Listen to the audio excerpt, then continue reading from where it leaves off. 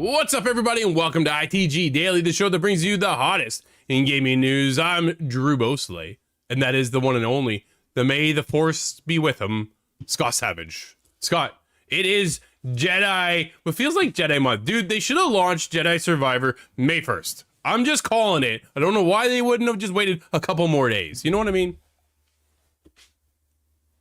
Dude, I lost your audio. Your audio's gone. You gotta bounce out of Discord? It's you. I'm telling you, it's gotta be you. I still got audio. It's all you. It's not me, everybody. Welcome back to the show, everybody. All right. Am I back? Yeah. Okay. Well, all I said was May the 4th is Star Wars Day, though. It has to be the 4th. The 4th with us all. It's too bad the Force is working against you today, Scott, but people can join us. It is the 4th, and we got a lot to talk about today where people can join us live over on youtube.com/InsideTheGameOfficial, as well as kick.com/InsideTheGame, and a few others just around the corner. And until those, you can't join us live, well then hit us up later, InsideTheGame.ca and TV streaming networks around the globe. Today's an interesting show, Scott, as Phil Spencer speaks out about the unfortunate release of Redfall and much more. The Empire, the Emperor of Gaming. Right? Absolutely. Did Diablo 4's Collector's Edition release a month before it's supposed to? Like, that was... Uh-oh. Somebody messed up. And PlayStation announced a Spider-Man 2 prequel. But it's not what you think. I tell you, set you up. They set you up for surprises. Yeah, I know. I was like, yo, what is this? I was like, all right, cool. Okay. Yeah. Dude, let's get into it. As Phil Spencer says, he's disappointed when it comes to Redfall release. Oh, he's not angry. He's disappointed. We all know that's worse. Yeah. Tom Anderson over at Insider Gaming had this. Speaking on the Kind of Funny podcast, which I highly recommend if you are interested in this at all, go watch their interview with Phil. You can see his disappointment. You can see he's upset. And he even states, I'm just in a bad frame of mind right now with everything going on. And it's unfortunate because they talked about the CMA and the whole UK regulators going against them. And then Redfall this week alone, like a lot on Phil's plate. And I got to give it up to him for how transparent he was. I watched the entire interview. I'm a big fan of Kind of Funny as well. So for me, I was like, yo, and then I saw Blessing tweet out last night, you got to watch this. I was like, what's going on? And then it's Phil. I was like, yep. And as I do highly recommend, I saw a lot of people tweeting about it this morning. It's an excellent interview. They had Gary Wood on there. They had Paris Lilly and, of course, Snowbike Mike. So between the three of them and then Phil, man, it was just... Poor Phil. I feel bad for Phil. He takes a lot of responsibility for where Redfall launched and how it's gone. But at the end of the day, there's two sides of it, man. Phil can only do so much. He's not the content creator himself, right? He's not making the game. It's Arcane, Austin, who made that game. And that's kind of where it goes to as well. So there's more to it than just Phil. But here, let's get into Tom's article. Phil Spencer has shared some insight into fans' reception of Redfall. Releasing late last week, Redfall was deemed a disappointment to many, receiving a 58 on PC, a 62 on Xbox Series X and S, on Metacritic as of the time I'm writing. User scores are even lower, with the lowest... Yeah, do we believe that? That's just it. The way Metacritic has been lately and user scores, I honestly just don't feel like they count because they do get review bombed. Granted, this is a 1.8 on PC, and it's just, I get it, but I also, I don't know, take it with a grain of salt when it comes to user ratings. Speaking honestly on Redfall, Spencer said, quote, "There's nothing that's more difficult for me than disappointing the Xbox community and just the kind of watch the community lose confidence and be disappointed. I'm disappointed. I'm upset with myself," end quote. Spencer continued, quote, "I think back to the announcement of 60 frames per second, and then we were shipping, that we weren't shipping at 60 frames per second. That was kind of a punch in the chin, rightfully, a couple of weeks ago," end quote. That was the opening jab. That's kind of when everything started to kind of fall apart, right? It's one of many unfortunate missteps when it comes to Redfall, right? Well, everybody got their microphone or their micro lens out. They got their magnifying glass out and really took a fine-tooth comb to Redfall because of that announcement. Yeah, absolutely. The critical response was not what we wanted. I kind of picked myself up. What can we learn? What can we get better? What thing I will fight is what went wrong.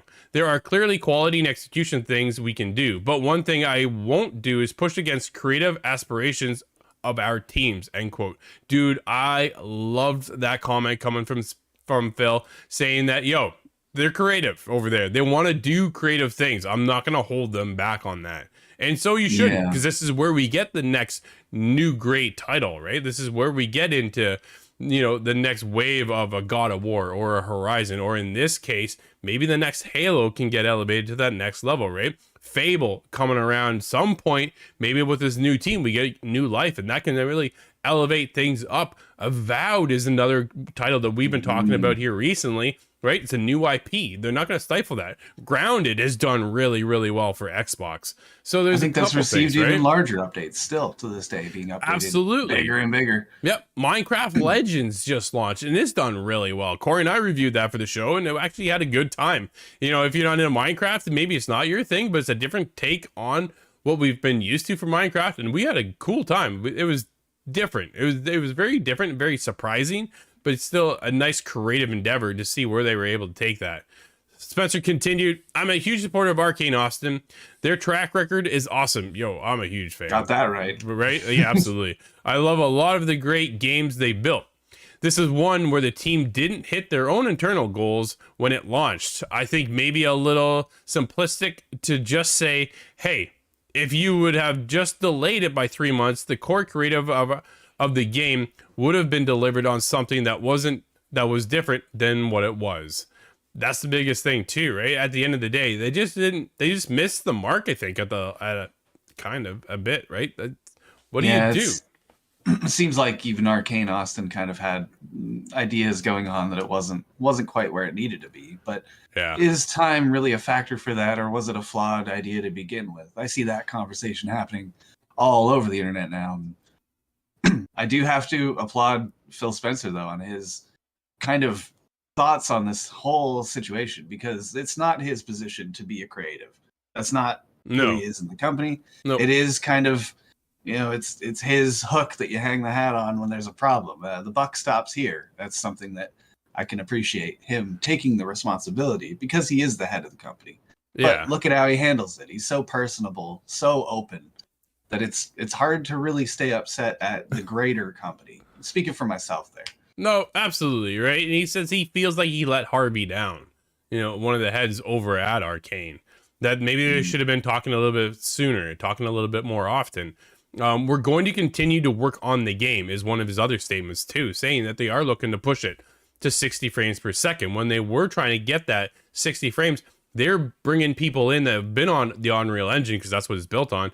They're bringing in people from Rare. They're bringing in from the Coalition. They're bringing in other studios to help make that happen, and they just weren't able to execute it at launch. But it is something that they're going to keep looking to improve upon and execute on that eventually, just not right now, which was unfortunate, right?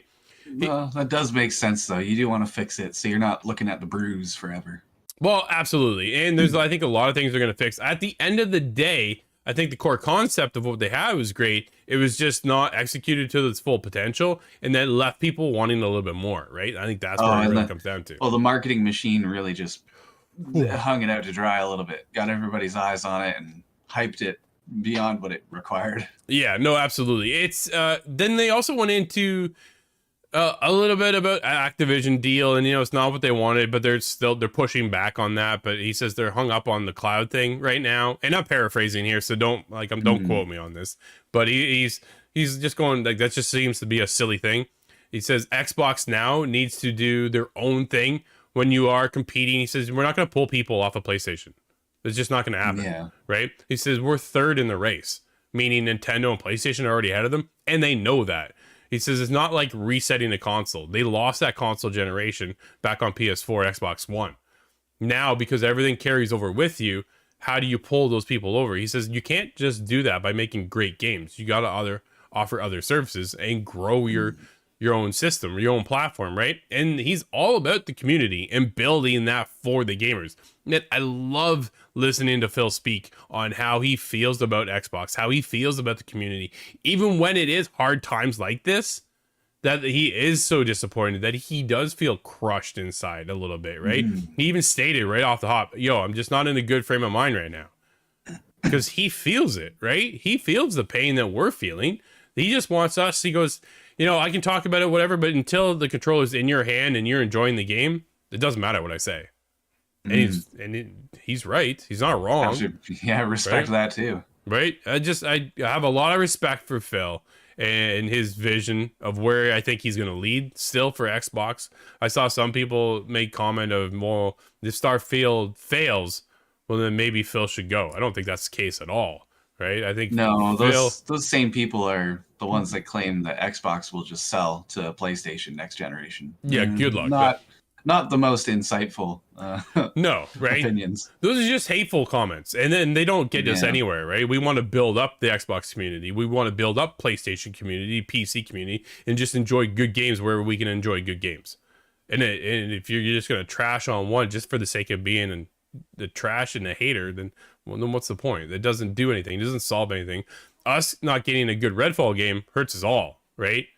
Because it's we're in the entertainment industry, by the way. Everybody needs to remember that. As competitive as it gets, this is all to build something positive so that we can all enjoy. That's the idea. Build something that we enjoy, right? And they also commented on the showcase. Showcase is coming up. There's a lot of hype building towards that. And Phil says, dude, we're going to see some of the games that we've heard about. Everwild, perhaps.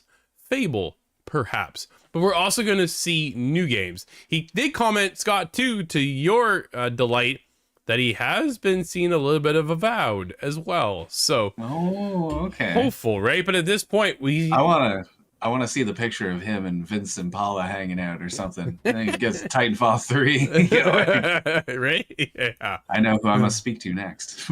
But he did state, too, that we're going to be getting a game every quarter. And we need to see these games in our hands and then have them be good games, solid titles, right? Hi-Fi Rush. So I was having a great conversation last night with Brad over on our Discord channel. Make sure you swing by there. There's always conversations happening. A lot of Brad conversations, but it's a pretty good conversation. And yesterday kind of led into that discussion of, you know, Starfield is kind of what everything's resting on at this moment, what it looks like. But with the showcase just around the corner, you know, what other surprises are we going to get? Hi-Fi Rush was a great surprise out of nowhere. So are we going to get another one of those? I'm kind of hoping, right? And see what else we can build upon. I love new IPs. This is why Everwild has me so excited, because it is a brand new IP. The art style is absolutely stunning, and it has me. I'm loving the trend of beautiful art styles lately. Yeah, we're hooked on. Comes to mind. Arto comes to mind. All these beautiful games. After Us, we just reviewed Ravenlock. We just reviewed. Check I'm those so out. Looking forward to Ravenlock. Right, coming to Xbox. It's on Xbox. I believe it's the Xbox exclusive as well. So take a look for that. It's such a contrast from the 360 generation, where everything was browns and grays and blacks, and everything had a filter over it that just gritty, right? Everything had to be gritty, and we got away from these bright colors, and now we're opening up that palette, that color palette. Our world is gritty, so we're brightening up our fiction. Yeah, they've had enough of that, right? Dude, I'm hoping we get to see a lot of Fable at the showcase next month. I think it's important. That's the big one. Yeah, it is. I think it really is. I think there's an important showcase, not only for Xbox, for the fans to see what is coming, right? Phil mentioned that their showcase last year, though it was a good presentation, everything they stated didn't happen, right? And they don't want to do that again. So, Phil took a lot of tough questions and he answered them really, really well. And he took a lot on the chin and blamed himself for the majority, if not almost all of it. And I'm just like, dude, it's not all your fault. But I appreciate you standing up and taking that, right? And people are hitting him up on Twitter. He's like, you can hate on Twitter, but we can easily just block you too, in my eyes. This is just me speaking. Yeah. But you're not providing anything constructive. Nope, not at all. And yeah, like I said, he did talk about Avowed and how he's seen that and where that's come along. Hellblade 2, Scott, I gotta think we're getting that this year. I think we're getting that this year. That's gonna be a big one. Yeah, I can't recall seeing anything on it in quite some time. I'm not sure, but what are people seeing, Scott, is that Diablo 4 Collector's Edition are a little ahead of schedule. Andy Chalk over PC Gamer says this: Diablo 4 won't be out until June 6th, but Diablo 4 Collector's Edition seems to have slipped out early, more than a month ahead of its scheduled release. It's already in the hands of some influencers, and they posted unboxing videos. There are just at least a few Diablo 4 unboxing videos kicking around on YouTube, but I prefer the one from Diablo partner and content creator Wuju, because the box is so... Wudio? Yeah, well, either way. The box is so clearly labeled, do not ship before June 1st, 2023. Somebody goofed up over there. I know a lot of people are hyped for this one, though. Diablo 4, Scott, not that far away. Not very far away, no. I did let a friend of mine know that there have been some spotted out in the wild, but you have to be more courageous than I if you're going to open that up on camera. Yeah, it's... Oh, we'll see. Are you looking forward to playing Diablo 4? Diablo is not my style. No, I've never been drawn into a Diablo game. And I know it's a big, popular thing, so I am interested to see how it lands, but it's not firsthand, not for myself. Me either. My brother played the beta, loved it. He cannot wait for Diablo 4 to come around. I've only seen good things. Yeah, I haven't heard anything bad at all, so that's exciting. I know fans have been waiting a very long time for this, so now they're going to get it. Excited for them. Oh, and it runs on more than a mobile phone. That's Would you look at that? Scott, let's get into Marvel Spider-Man 2 free prequel announced by PlayStation. This is Kate over at Gaming Bible. If you're a PlayStation 5 owner, I bet I can guess which game you're dying to get your hands on this year. It is Spider-Man 2, by any chance? It's undeniably Sony's biggest major exclusive in 2023. We don't have an exact release date for Marvel's Spider-Man 2, but it's launching later this year. According to Venom actor Tony Todd, Spider-Man 2 will be swinging onto our consoles in September. Yeah, we've been talking about this for quite some time now, Scott. The release will see Peter Parker and Miles Morales team up. Yeah, we've all talked about this. Here's the thing.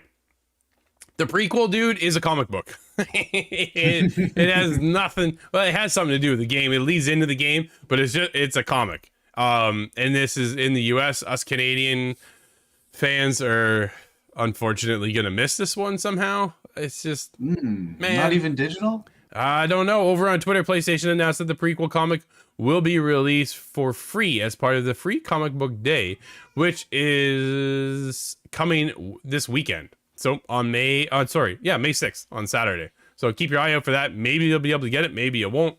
On the PlayStation blog, Insomniac writer John Paquette said, quote, "When we initially sat down with the team at Marvel, we explored a few different ideas about the kinds of stories we could tell in a prequel comic. But we kept coming back to the same core premise. What if Peter, Miles, and MJ had to team up against a new supervillain whose powers they didn't understand? Additionally, we wanted to make sure that we could get a peek into what this heroic trio has been doing since the events of Marvel Spider-Man and Marvel Spider-Man Miles Morales." It's pretty cool. Dude, I'm cool with that. Also, Scott, they did announce as well, the game Spider-Man Remastered is a standalone purchase now, coming over for PlayStation 5. So if you haven't been able to get in there before, never played the first Spider-Man for some particular reason, and you slept under the rock that day, me. That's, like Scott, maybe. But now it's coming over to the store. You can get it, because it was packaged with Miles Morales, and now you can get it separately. So, super cool. I'm down for that. Yeah, don't let anything stop you from jumping in there. Excellent game. You don't need me to tell you that. Absolutely. No, fantastic game. Scott, why don't you take the next one? This is a weird one. The Discord topic? That's weird. Brace yourself. Discord is going to make everyone pick a new username. This is by Andy Chalk at PC Gamer. Discord is making changes to its usernames that will finally eliminate the 4-digit discriminators that make them so unwieldy. It's also adding new display name option, so the way you appear in to other Discord users can stay the same, or be changed to just about whatever you want. Discord has come to recognize that the system isn't ideal. Co-founder Stanislav Yashevninsky explained in a blog post that Discord adopted the current system in order to ensure that nobody ended up locked out of a name they wanted to use. Okay. I have complaints about Xbox's system for that, but I go on that the discriminator numbers were made publicly visible so that users could be sure they were chatting with the proper person when they were connected across different servers. It worked, but the kludgy approach created a technical debt that started to get seriously out of hand as Discord's user base grew. Vishnevsky detailed several scenarios in which the Discord username system caused headaches, but what it ultimately comes down to is simply that, quote, our current usernames can often be too complicated or obscure for people to remember and share easily, end quote. I have to stop there and agree. I have coworkers Discord that I've forgotten 3 times now. Well, it's the hashtag that gets you, right? Like, that was the issue. That's the hang up. I know when we do some of the events, we go through Discord and like, okay, what's your hashtag number? I'm like, man, I don't know. Eventually I remembered it because I've done it so often now, but most users just don't. Yeah, I don't. I just know it now. I've done it enough times, but it's one of those things. Like, that's just, it's not in anything else. And we can get in the whole friends list thing over with Nintendo. That's a whole other topic, right? But it's their number system is interesting. Yeah. How do you share your friends? Well, you can't. It doesn't matter too much because you're not sending them messages. Well, you're not. Yeah, either way, I don't know. But so just be aware. We might be making some new usernames over on Discord. It's kind of like crap. Are you gonna keep the 28? Everybody knows Cutter 28. I'll see. It's funny. My Discord user is actually ITG Drew. So I might have to get rid of that, and then I'll move over to my usual of Cutter 28. Yeah, I probably will. So I don't know if I have to do it. I have to do it. I just don't want to. Either way, dude. Let's get into it. I want to talk about it because it was a cool game back then. It's still a cool game now. It's Biomutant. It's coming to Nintendo Switch. Chris Scullion over at VGC. Yeah, this is one I missed, but I want to play this one. The Nintendo Switch version of Biomutant has been officially announced. The port will be released on Nintendo consoles on November 30th, published THQ Nordic, announced on Wednesday. So there is that to look forward to as well, Scott. I think that was pretty cool. It's an interesting game. Corey and I had a good time. It's funny how you can bypass elements in this game just because they give you the opportunity. Like, there's these little outposts you can go take out, but there's a little thing inside that you're like, you don't have to do these. It's just like, oh, that's weird. Like, you put them in the game. I wonder how many people bypass that whole moment. But I wonder if that was purposeful. Yeah, absolutely was. No, it was. It's a part of the game. It comes up and says, you no longer need to do these. I was like, but you have them scattered throughout your world. That's interesting. Now it doesn't matter. I'm just like, boom, story. And that makes me think of Fallout. That was weird. Fallout 3, I believe it was. You could just cut right to the end of the game. It takes about 20 minutes. Which one was it? Fallout 4? 4? With Pagan, right? Dude, if you just wait around, he comes back.